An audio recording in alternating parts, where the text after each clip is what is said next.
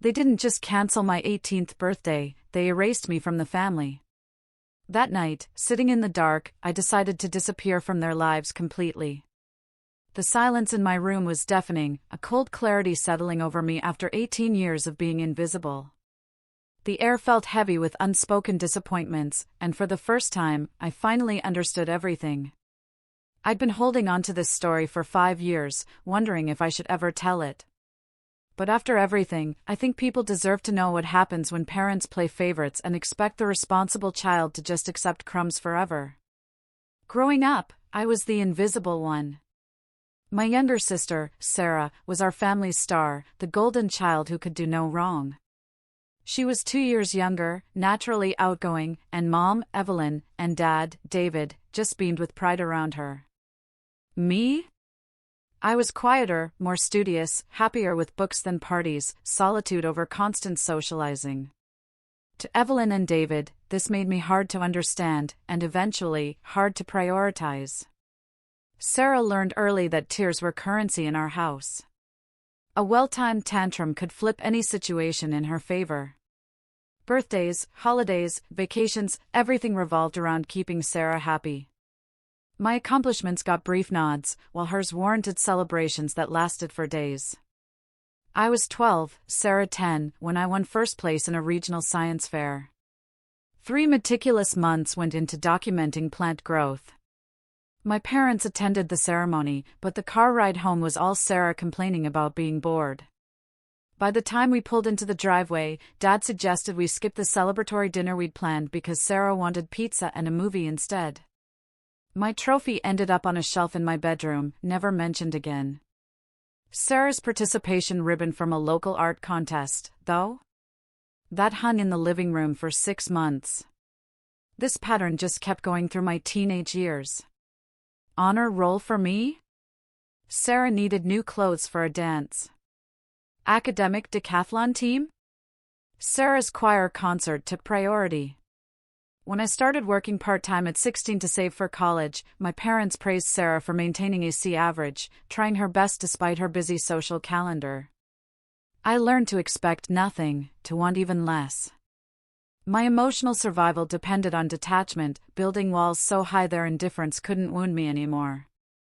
I threw myself into academics, work, planning an escape route far away from a house that never felt like home. The summer before my senior year, I obsessed over colleges. Excellent grades, impressive test scores, enough savings from 2 years of work to cover application fees without asking my parents for a dime. I applied to 7 schools, all far enough away that coming home would require serious planning. My guidance counselor, Mrs. Jenkins, helped me navigate financial aid and scholarships that my parents never bothered to discuss. By December, I'd been accepted to 5 of the 7. One offered a substantial scholarship, covering nearly 70% of tuition. The acceptance letter arrived on a Tuesday afternoon. I remember reading it 3 times in the kitchen, just to be sure. My mother walked past me without a second glance, more interested in texting Sarah about her weekend. I didn't tell them. What was the point? My 18th birthday was March 15th. For the first time in years, I allowed myself to feel something like hope. Turning 18 meant legal independence, signing my own documents, making decisions without parental consent. My parents had mentioned, in passing, something special. Mom even asked what kind of cake I wanted, a question she'd never posed in all my 17 years. Chocolate with raspberry filling, my childhood favorite. She wrote it down, and I caught myself smiling. Maybe things were changing. Maybe adulthood would shift their perception of me. The week before, preparations seemed underway. I overheard Mom discussing a reservation at an upscale downtown restaurant. Dad mentioned inviting Aunt Carol and Grandma Rose, relatives I actually enjoyed. For the first time ever, anticipation replaced that usual hollow acceptance. Then, 3 days before the celebration, Sarah came home from her boyfriend Ethan's house in tears. The relationship had ended badly, something about him texting another girl, and Sarah's world shattered into melodramatic fragments. She locked herself in her room, emerging only to deliver theatrical monologues about betrayal and heartbreak to anyone who would listen. I felt genuinely sorry for her at first. Breakups hurt, and I tried offering comfort she promptly rejected. My sympathy evaporated when her grief turned into demands. She couldn't possibly attend my birthday dinner, feeling so devastated. The restaurant was too close to places she and Ethan frequented. Seeing family would require explaining her heartbreak, and she simply wasn't ready for that emotional labor. The night before my birthday, my parents called me into the living room. Mom sat on the couch edge, wringing her hands in that familiar gesture. Dad stood by the fireplace, avoiding my eyes. The conversation lasted maybe 4 minutes. They decided to postpone my birthday celebration indefinitely. Sarah was too fragile for any festivity, forcing her would be cruel. They hoped I understood it was temporary, not a cancellation, promising to reschedule once Sarah felt better. I asked when that might be. Mom shrugged helplessly.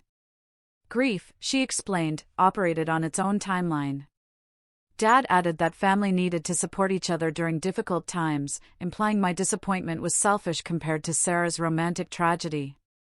The chocolate raspberry cake had already been ordered. Mom mentioned returning it, no point in picking it up now. She said this casually, as though discarding the only birthday cake I'd ever requested was a minor inconvenience, not a symbolic demolition of the last hope I harbored for my family. I went to my room and sat on my bed in complete darkness for over an hour. The tears I expected never arrived. Instead, something cold and crystalline settled in my chest. A clarity I'd never experienced. 18 years of being secondary, of accepting less, of waiting for recognition that would never materialize. All of it compressed into one moment of perfect understanding. They would never change. Sarah would always come first. My role was to accommodate, to sacrifice, to disappear quietly while the spotlight stayed on my sister. My actual birthday arrived with crushing normalcy. Alarm at 6:30, as usual. Showered, dressed, downstairs. The kitchen was as empty as any other Tuesday. No balloons, no streamers, no chocolate raspberry cake. Just the same cereal boxes, the same silence. Mom emerged around 7, shuffling to the coffee maker without acknowledging me. She poured a cup, added cream, stirred methodically. Only when she turned to leave did she pause, as if remembering something mildly important. "Oh, happy birthday," she said, words landing flat and obligatory. "We'll do something nice once your sister feels better." She walked away before I could respond. That casual dismissal stung worse than outright cruelty. At least cruelty acknowledged her existence enough to target it. Sarah didn't emerge until nearly noon, still in pajamas, a martyred expression on her face. My parents immediately clustered around her with concern. Dad offered her favorite lunch. Mom suggested a shopping trip to lift her spirits. The household revolved around Sarah's heartbreak while my milestone birthday evaporated into irrelevance. That evening, my parents ordered Chinese takeout because Sarah requested it. Around the dining table, Dad asked gentle questions about her emotional state. Mom promised high school relationships rarely lasted. At one point, Sarah noticed me watching and rolled her eyes dramatically.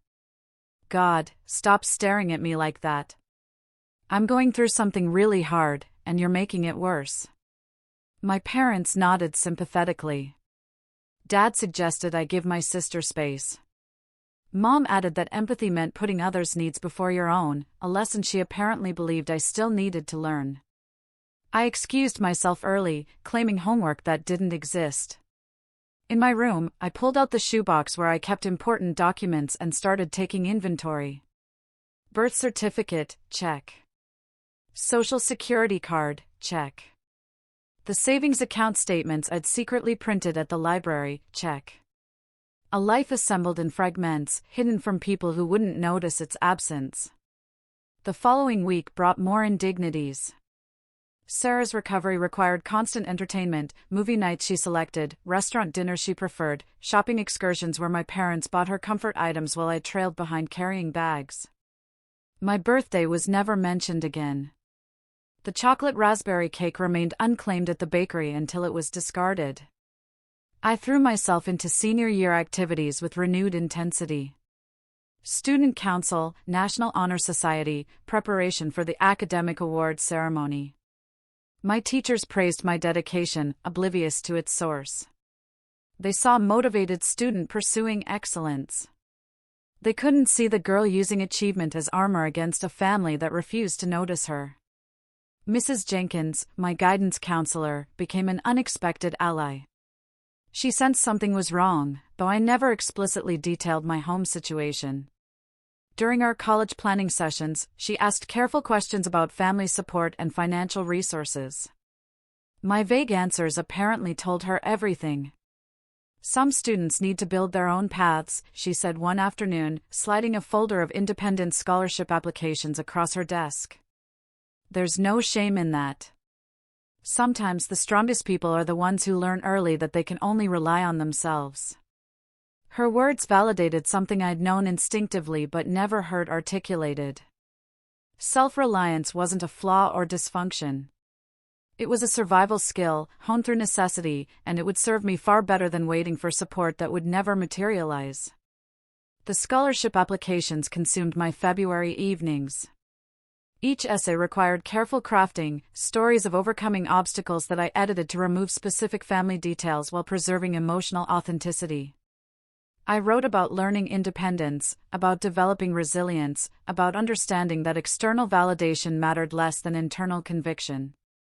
The admissions committees had no idea they were glimpsing a household where one daughter received everything and another received nothing. March approached. My classmates buzzed about spring break and prom. Sarah, seemingly recovered, had already secured a date with Noah, a junior who drove a pickup and played varsity baseball. My parents approved enthusiastically, grateful their precious daughter had bounced back so quickly. Meanwhile, I worked double shifts at the grocery store. Linda, my manager, who'd raised 3 kids alone, understood scheduling around academics and never questioned why I requested every available hour. The money accumulated steadily in my secret account, each deposit bringing me closer to escape velocity. Aunt Carol called on my birthday, the only family member who remembered without prompting. We talked for nearly an hour, her warm voice providing comfort my parents had never offered. She asked about college plans, about my feelings, about whether I was okay in ways that suggested she suspected I wasn't. I answered honestly about academics and evasively about emotions, not ready to articulate the decision crystallizing in my mind. You know, you can always come stay with me, she said before hanging up. Anytime, for any reason. My door is open, sweetheart. It always has been. That offer lodged itself in my brain. Aunt Carol lived in another state, far enough for genuine distance, but close enough to reach without enormous expense. Her house had a guest room she'd mentioned before, a quiet space. The possibility of occupying that room, of existing in a household where I might actually matter, became increasingly tangible. April brought the academic awards ceremony. I received recognition for the highest GPA in my graduating class. My parents attended because the school sent formal invitations, but they spent most of the evening on their phones, only looking up when my name was called. The applause felt hollow without genuine family pride. I accepted my certificate, smiled for the obligatory photo, and returned to my seat, feeling more invisible than ever. Sarah's junior prom was the same weekend. Preparations consumed our household. Mom spent hours helping Sarah select the perfect dress, a lavender gown that cost more than my entire wardrobe. Dad rented a limousine because Sarah insisted arriving in a regular car would be embarrassing. The corsage, the shoes, the professional hair and makeup. Every detail received meticulous attention and unlimited funding. I watched from the periphery, genuinely curious what it felt like to be so thoroughly prioritized. Not jealousy, exactly. More like anthropological fascination with a species I'd observed but never belonged to. Sarah existed at the center of our family universe while I orbited distantly, close enough to witness but too far to participate. Prom night itself provided unexpected clarity. Sarah descended the staircase in her lavender gown, radiant and confident, while my parents snapped about 200 photographs. Noah arrived in his rented tuxedo, nervous and overeager, and the limousine whisked them away. My parents beamed at each other, satisfied with the perfection they'd facilitated. "Our little girl is growing up," Mom sighed, reaching for Dad's hand. I stood in the kitchen doorway, unnoticed, processing the phrase. Our little girl. Singular. As though only one daughter existed. As though I were a piece of furniture rather than a person who'd lived in that house for 18 years. That night, alone in my room while my parents waited up for Sarah's return, I made my decision. By morning, I had a plan. The next 3 months required careful execution. I maintained my usual demeanor, attending school, working shifts, doing chores without complaint. My parents interpreted my silence as acceptance, perhaps even maturity. They had no idea I was systematically preparing to vanish. My scholarship offer required a response by April 1st. I accepted immediately, selecting housing and meal plans without consulting anyone. Mrs. Jenkins helped me navigate the process, becoming increasingly concerned about my home situation as she witnessed my parents' absence from every significant milestone. She connected me with the school social worker, who provided resources for students transitioning to independence earlier than typical. I opened a bank account solely in my name, transferring my savings from the joint account my parents had maintained since I was 14. The balance exceeded $8,000, accumulated from birthdays, holidays, and 2 years of careful employment. My parents never noticed the change because they never checked. Aunt Carol, 3 states away, offered me a room for the summer between graduation and college orientation. We'd maintained a quiet correspondence for years, and she understood the family dynamics better than anyone. Her invitation came without conditions or judgment, just genuine affection from someone who had witnessed my mistreatment during holiday gatherings and birthdays that weren't mine. My high school graduation ceremony happened on a sunny afternoon in late May. I walked across the stage to receive my diploma, valedictorian of my class, a distinction earned through relentless effort. My parents sat in the audience because attendance was expected, not because they'd expressed particular pride. Sarah spent the ceremony on her phone, bored by proceedings that didn't center her. The graduation party my parents hosted afterward was technically for me, but Sarah monopolized conversations with updates about her new boyfriend and upcoming junior year activities. I smiled appropriately, accepted congratulations from relatives who seemed genuinely proud, and counted down the hours until execution. For days after graduation, I woke at 5 a.m. My bags had been packed incrementally for weeks, hidden in my closet behind winter coats no one touched. Essentials fit into 2 suitcases and a backpack containing documents I'd quietly gathered: birth certificate, social security card, passport, medical records, vaccination history. I left a letter on the kitchen table, 3 paragraphs explaining I was pursuing my education at a school I'd chosen independently, that I wouldn't be providing my address, and that I wished them well. The closing line stated simply that I needed distance to discover who I was outside their expectations. My rideshare arrived at 5:30. By 6, I was at the bus station. By evening, I was in another state entirely, sitting in Aunt Carol's guest room, breathing freely for the first time in 18 years. The phone calls started almost immediately. My mother left 17 voicemails in the first week, ranging from confused to angry to desperately pleading. My father texted brief messages demanding explanations I'd already provided. Sarah surprisingly reached out once, asking if I'd taken her charger by mistake. I responded to none of them. The silence felt necessary, a boundary I needed to maintain while I rebuilt myself from scratch. Aunt Carol supported my decision completely, sharing her own stories of growing up in my mother's shadow, of watching Evelyn receive preferential treatment that continued into adulthood. Those first weeks with Carol taught me things about my family I'd never fully understood. We sat on her back porch most evenings, drinking iced tea while fireflies blinked across her overgrown garden, and she unspooled decades of history I'd only glimpsed in fragments. Grandma Rose, she explained, had apparently favored my mother from birth. Evelyn arrived first, beautiful and demanding, and their parents oriented their entire lives around satisfying her needs. Carol came 4 years later, an afterthought child who learned early that her sister's desires would always supersede her own. The parallels to my situation were so precise they felt almost genetic, dysfunction passed down like eye color. Your mother genuinely doesn't see what she's doing, Carol explained one humid evening. She's repeating patterns she learned as a child. Treating Sarah the way she was treated. Treating you the way I was treated. It doesn't excuse anything, but it might help you understand. Understanding didn't equal forgiveness, though. The knowledge that my marginalization stemmed from generational trauma rather than personal failing provided intellectual comfort without emotional resolution. My mother had choices. She could have recognized the pattern and broken it. Instead, she perpetuated damage that would ripple forward indefinitely unless someone deliberately stopped the cycle.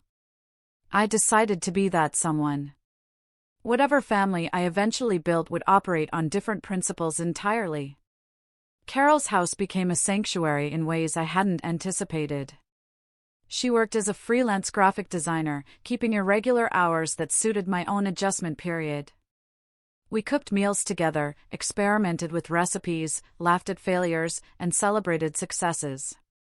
For the first time in memory, I experienced what functional family dynamics actually felt like. She asked about my childhood occasionally, gentle probing questions I answered with increasing honesty. As trust accumulated, the stories tumbled out, forgotten recitals, cancelled celebrations, achievements ignored while Sarah's mediocrity received standing ovations.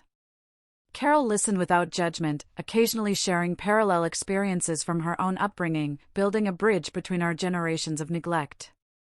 "You're going to be okay," she told me one night, squeezing my hand across the kitchen table.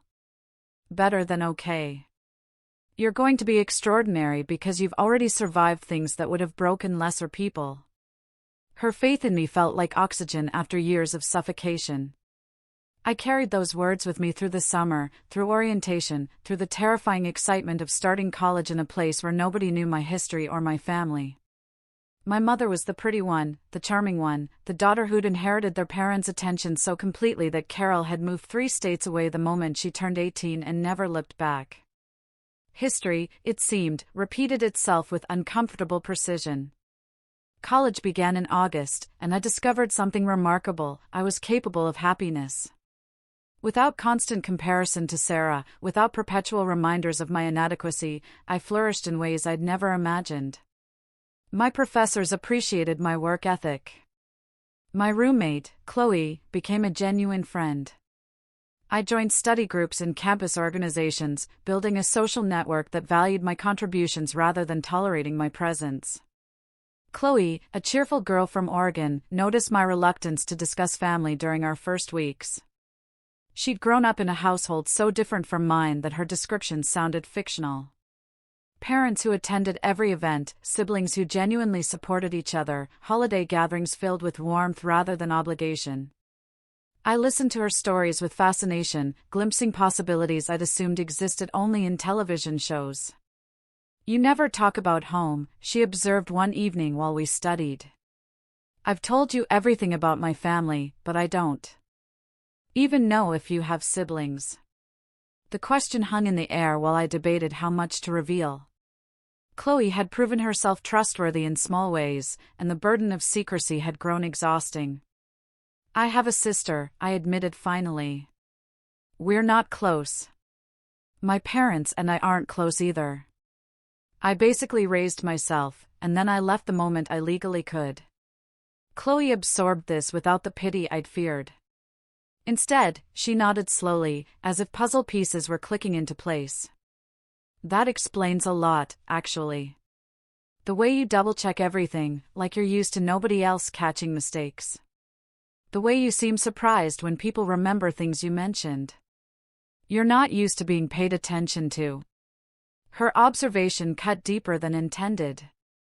I'd never articulated those patterns, but she'd identified them within weeks of living together. The hypervigilance, the self-sufficiency, the perpetual low-grade surprise when others demonstrated basic consideration, all of it stemmed from 18 years of existing as an afterthought. Is that weird? I asked, genuinely uncertain. Chloe shook her head firmly. It's survival.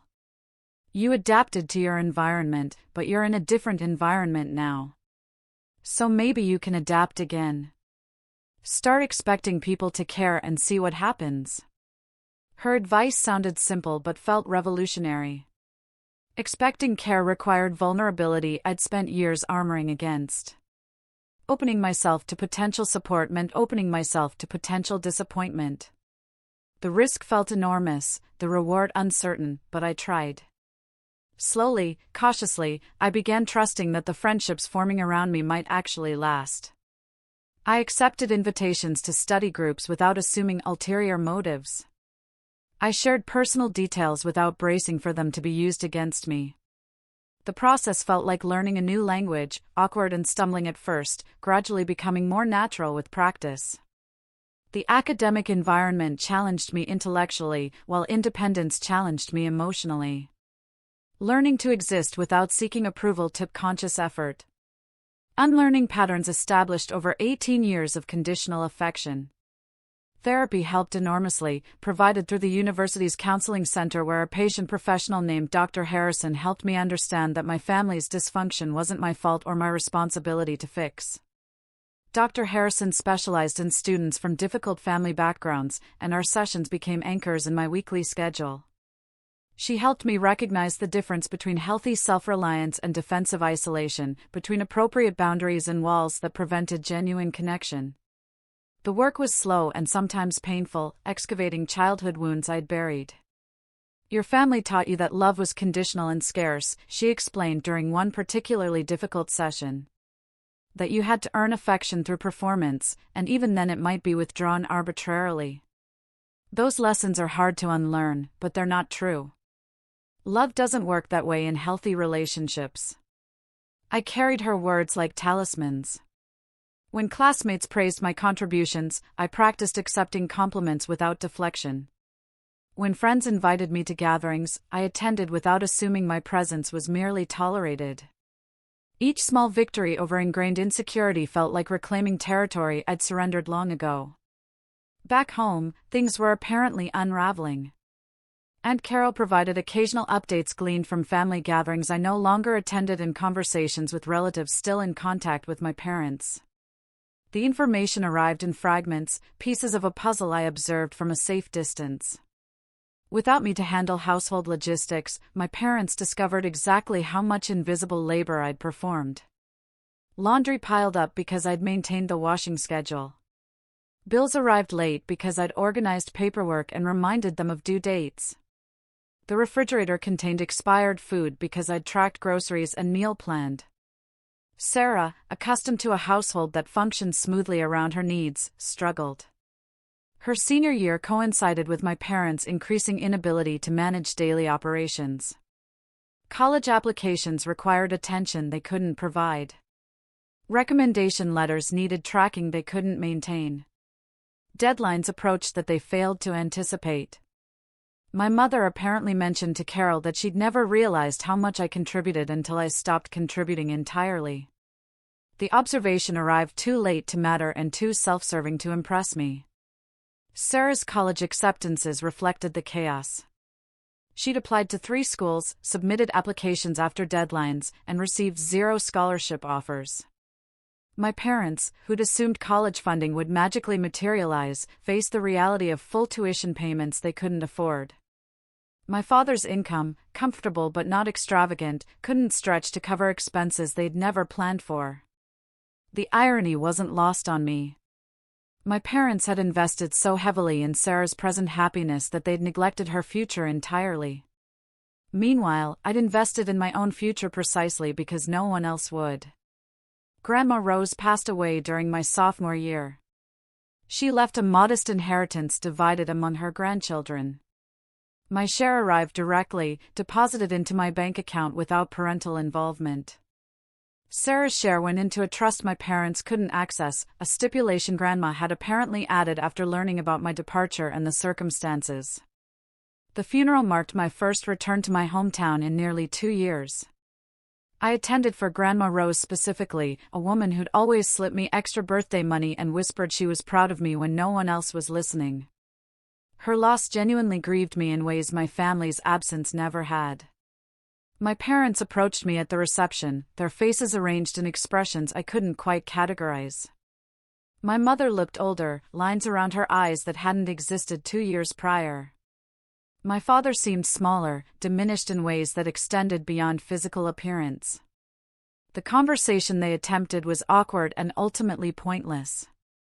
My mother wanted to know why I'd abandoned them. My father questioned if I understood how much pain I caused.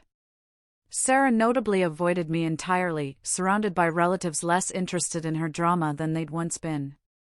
I answered their questions honestly and without emotion. I'd left because they'd shown me repeatedly that I mattered less than my sister's momentary discomforts. I'd stayed gone because distance revealed how toxic that dynamic had been.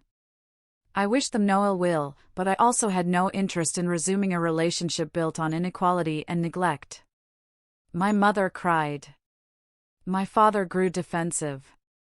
Neither response surprised me or moved me to reconsider. Aunt Carol drove me to the airport afterward, and we sat in the terminal for an extra hour just talking. She told me she was proud of who I'd become, that watching me build an independent life gave her hope that family patterns could be broken. Her words meant more than any birthday celebration ever could have. Junior year brought unexpected developments. A mutual friend connected me with information about Sarah's situation, details I hadn't sought but received nonetheless. Ethan, the boyfriend who'd caused the tantrum that derailed my 18th birthday, had apparently reunited with Sarah briefly after my departure. Their relationship imploded again within 6 months, this time because Sarah's constant demands exhausted even his considerable patience. She'd cycled through several more relationships since, each following a similar pattern of intensity then dramatic collapse. Her college experience at a state school 30 minutes from her parents' house had been unremarkable. She changed majors 3 times, accumulated academic probation, and was currently taking a semester off to figure out her direction. My parents funded this exploration without complaint, draining savings that should have been preserved for retirement. The contrast between our trajectories couldn't have been starker. While Sarah floundered through indecision and entitlement, I'd mapped my path with precision born from necessity. Every class I selected served specific purposes. Every internship application targeted companies where I could build relevant experience. Every networking event represented an investment in a future only I would build. Sophomore year brought my first professional internship, a summer position at a regional consulting firm that paid more per hour than my grocery store job had paid per day. The work challenged me intellectually, requiring analytical skills developed through years of academic excellence. My supervisor, Michelle, took an interest in my development that felt almost parental. "You're different from most interns," she observed during my midsummer review. "More self-directed, more reliable. I don't have to check your work because you've already checked it 3 times yourself." I explained carefully that I'd learned early to be thorough because I couldn't count on anyone else to catch my mistakes. Michelle nodded thoughtfully, seemingly reading between the lines of my sanitized explanation. "That kind of independence is valuable here. But remember that collaboration matters, too. You don't have to do everything alone anymore. You have a team." Her advice echoed Chloe's from my freshman year, another person encouraging me to lower defenses I'd built for survival. The pattern was becoming clear. The skills that had protected me in my parents' house were limiting me in environments where genuine support existed. Adaptation required conscious effort to distinguish between situations demanding self-reliance and situations inviting collaboration. The internship ended with an offer to return the following summer, along with preliminary discussions about full-time employment after graduation. I left that office with possibilities spreading before me like roads on a map, each one leading somewhere my parents had never imagined I could reach. Junior year began with a confidence I'd never possessed in high school. My grades remained excellent. My professional prospects looked promising, and my social network had expanded to include genuine friends rather than mere acquaintances. Chloe and I had moved off campus into a small apartment we shared with 2 other girls, creating a household that functioned through communication and mutual respect rather than hierarchy and favoritism. Our apartment became something I'd never experienced, a home where I belonged. We divided chores fairly, discussed problems openly, celebrated each other's successes without jealousy or competition. Living there taught me what family could look like when built on choice rather than obligation. Meanwhile, I graduated with dual degrees in finance and economics. The ceremony happened on a beautiful spring morning, and Aunt Carol sat in the front row, wearing a dress she bought specifically for the occasion. My parents weren't invited because they hadn't earned the privilege. 3 job offers awaited me before graduation. I accepted a position with a consulting firm that valued analytical thinking and rewarded performance with advancement. My starting salary exceeded my father's current income, a fact I learned accidentally and processed without particular satisfaction. The job relocated me to a city I'd visited only once before, a sprawling metropolitan area where anonymity felt liberating rather than lonely. I found an apartment in a neighborhood known for young professionals, furnished it with items I'd selected myself, and began building a life that reflected my preferences rather than accommodating someone else's demands. Work consumed my first year out of college, but the consumption felt purposeful. Every project taught me something valuable. Every client interaction refined my professional skills. My supervisor recognized my dedication with increasingly complex assignments, and by my second year, I was leading small teams on initiatives that would have seemed impossible during my lonely high school evenings. Professional success brought material comfort I'd never experienced growing up. Not extravagance, exactly, but security. The knowledge that my rent would be paid, that unexpected expenses wouldn't devastate me, that my future depended on my own efforts rather than the whims of unreliable people. Financial independence tasted sweeter than any chocolate raspberry cake could have. Beyond work, I discovered hobbies and interests I'd never had time or resources to explore. Weekend hiking with friends from the office. Cooking classes that transformed meal preparation from necessity into creativity. A book club that met monthly to discuss novels I actually wanted to read. Each activity represented a choice I'd made freely, a small rebellion against the constrained existence I'd fled. Dating proved more complicated. The patterns Dr. Harrison had helped me identify still surfaced occasionally. The tendency to expect disappointment, the instinct to protect myself by withholding vulnerability, the surprise when partners demonstrated consistent care. I went through a series of short relationships that ended not dramatically but quietly, fizzling out when I couldn't quite bring myself to invest fully. Eventually, I met someone who understood without requiring lengthy explanation. His name was Daniel, a software developer I encountered at a mutual friend's birthday party. We talked for 3 hours that first night, discovering shared perspectives on family, independence, and the complicated process of building lives separate from backgrounds that had shaped us against our will. Daniel had grown up with an alcoholic father and an enabling mother, circumstances different from mine but producing similar survival instincts. He recognized my guardedness because he'd developed his own. Our relationship progressed slowly, trust accumulating in increments as we each demonstrated reliability the other hadn't learned to expect. "You flinch when people are kind to you," he observed one evening, months into our relationship, "like you're waiting for the catch." I admitted he was right, explaining the conditioning that had created that reflex. Daniel listened without judgment, then shared his own version of the same phenomenon. We became partners in unlearning, gently pointing out each other's defensive patterns while respecting the experiences that had created them. The satisfaction I felt came from different sources entirely. From knowing I'd built something meaningful from nothing. From understanding that my worth wasn't determined by people who failed to recognize it. From waking each morning in an apartment I'd furnished myself, in a city I'd chosen deliberately, surrounded by friends who appreciated my presence without requiring my sacrifice. My parents' marriage, according to Carol's most recent update, had begun showing strain. Without a common project to unite them, without a child to prioritize or another to neglect, they discovered they had little to discuss and less to share. My father spent increasing time at work while my mother devoted herself to causes that kept her busy and distracted. Sarah still lived at home at 24, working part-time at a retail store while half-heartedly discussing graduate school she would never attend.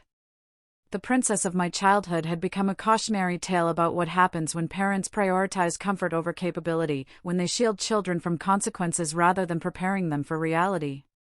I don't celebrate my birthday on March 15th anymore. The date carries too much weight, too many memories of cancelled plans and dismissed feelings. Instead, I celebrate on March 20th, the anniversary of my decision to leave, the moment I chose myself after 18 years of being unchosen. The chocolate raspberry cake I order each year tastes better than any celebration my parents might have provided. The friends who gather to mark the occasion are people who value me consistently, not conditionally. The life I've constructed from the ruins of their rejection is more beautiful than anything I could have imagined while living under their roof. Daniel proposed last month on that very date, turning a day I'd reclaimed into something even more meaningful. Do I miss my family?